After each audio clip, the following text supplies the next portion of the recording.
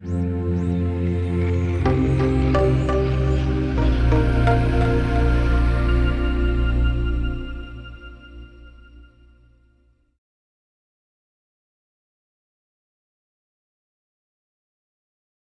I'm John O'Brien. I'm one of the lead engineers on Lockdown. Well, from past Rainbow games, we've tried to put a big emphasis on improving the AI.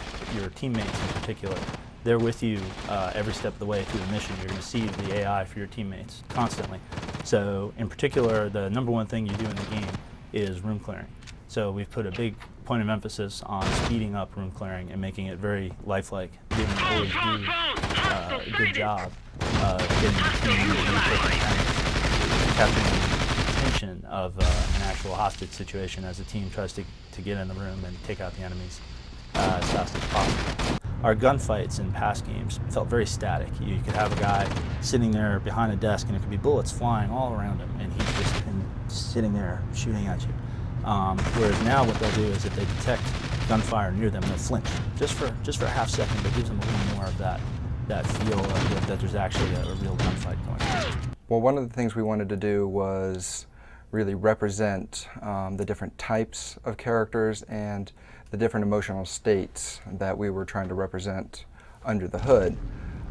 For example, the way Rainbow moves is very different than the way, say, the mob bad guys will move. And given that we wanted to do the multi-tiered approach to the AI, we wanted to have each one look a little bit different and show that.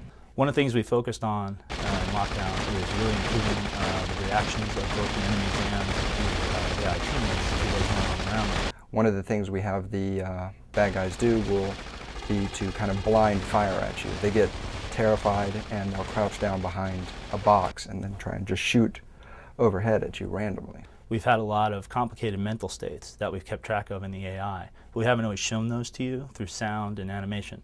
So we've put a lot of emphasis in this project on upping the number of animations we'll give you for different AI mental states. For example, when you're moving around, you will have to be playing 4 or 5 different animations at the same time in order to achieve the complicated actions that you're performing.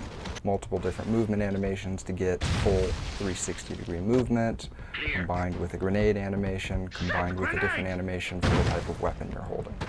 We have very specific sound cues for specific situations they react to. In fact, you'll even hear, if you lose a teammate during the course of the game, you'll hear one of the other teammates say, you know, Chavez is down, for example.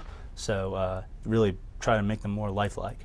Previous versions of Rainbow Six, you might have had new enemies rush into a room while you're already engaged in a fight, whereas now you could possibly see enemies burst in another door while you're dealing with one group. You'll see enemies burst in another door, throw a flashbang and blind you for a few seconds. You'll be on the other end of the room clearing that you've become so accustomed to. Another thing that the various enemy types gives us is it's much easier for us to scale the difficulty of the missions as you proceed. We're going to give you, by and large, mostly the easiest AI types early on, and you'll get used to them. And then as you progress through the missions, we'll start to mix in the more complicated AI types.